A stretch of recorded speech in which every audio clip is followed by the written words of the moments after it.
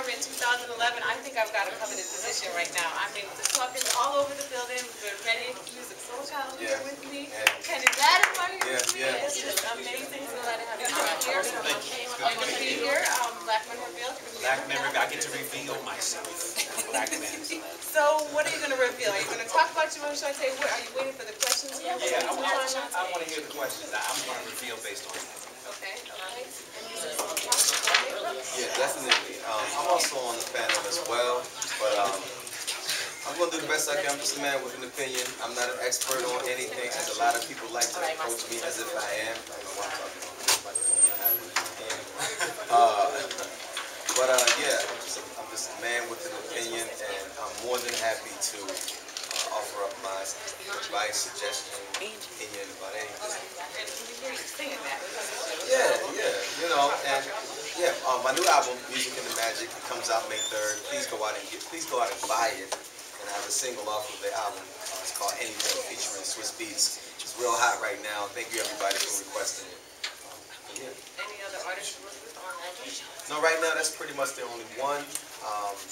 But I still feel like it's a good body of work. People will enjoy it, and hopefully next time around I'll be able to sit down with pretty much anybody and work some things out. Okay, so you both are on the panel, and a whole house full of women. Are you prepared for that much? I know everywhere you go that women are crazy, follow you both. But what is the one, Steve Harvey talked a little bit about just owning yourself and being true and following God and listening to clearing out some baggage and then being prepared. So would you agree with him? Do you have anything that you'd like to add to that? Yeah, I thought it was fantastic. I thought that you set a really great foundation for what we should be talking about. My approach to women's empowerment is starting from a foundation of being human. And that's what I love that Steve talked about. Before you can even go into relationships and all of that, there has to be a level of acceptance that everybody's flawed. Everybody's a sinner coming in. And if we do that, then you're carrying less judgment, you're carrying less anxiety about a person becoming perfect or becoming who you want them to be. Because ultimately, that is not anybody. It shouldn't be anybody's experience. We should be trying to please one another in general, but we will never be any more than who we are. So there has to be a balance and a level of acceptance for who a person is. And I think that one of the biggest mistakes that I see women make is that women think that, you know what, that guy's cool, but he has the potential, and I'm going to mold him, and I'm going to change him into whatever it's going to be. And when it doesn't happen, they're devastated, you know. So we have to get to a point of, who is that person? Was he this person when you first got together? You know, being realistic and building a true foundation of relationships. You have a very strong relationship. Congratulations on that. Any insight in terms of what makes it work and what keeps it fresh? And it is. It is about acceptance. It's about and it's about self-denial. It's about humility. It's about self-sacrifice. Those are things. And my relationship is really just like everybody else's. It's not picture perfect anything. It goes through exactly the same trials and temptations as anybody else's.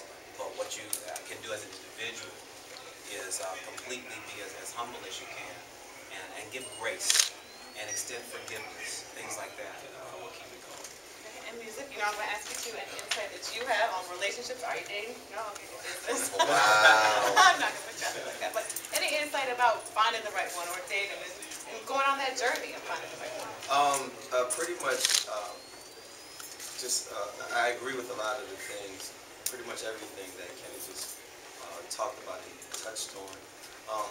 But it's all relative to the person. I think that people should make up the rules as they go, or at least a better way of saying it, you two dictate what the relationship is, as opposed to you looking at other people's relationships and comparing yours to theirs, and then you're coming at the other person like, yo, why come you can't be like so-and-so? It's like, because I ain't so-and-so, you would be, you know. And if you say that you love and you appreciate and you accept me for who I am, then you should just do that. But I think a lot of people, they come into relationships with the expectation of a person being a certain way because of how they see them in their mind. And they're not really like, if we was going together, I'm not dealing with you, I'm dealing with my interpretation of you. So I have all of these expectations that you're going to live up to, that I'm looking forward to you living up to. If you don't, I got a problem with you. And you don't ever really know why, because you're not up in here. You know, so just like Kenny said, I think that it helps that first that you are humble enough to accept the person for who they are, and you are willing to accept yourself for who you are too. Because one thing that I learned in relationships, you learn a lot about yourself. You learn a lot about yourself, and it's one thing, to do you, but it's another thing when you have to make space in your life for someone, and you're asking another person to make space for you in their lives. A lot of compromising, a lot of tug of wars going on, and sometimes people feel like, I'm bending over enough. You need to come over some more on my side. So I think it just has a lot to do with just learning to accept the person for who they are and use that as your foundation, as your base. And as long as you have that, you always have something to fall back on. Neither one of you are deluding yourself into what this thing is. You're both clear with eyes wide open on what y'all dealing with. And if y'all are each other's friend, y'all will be willing to do whatever it takes to work through whatever.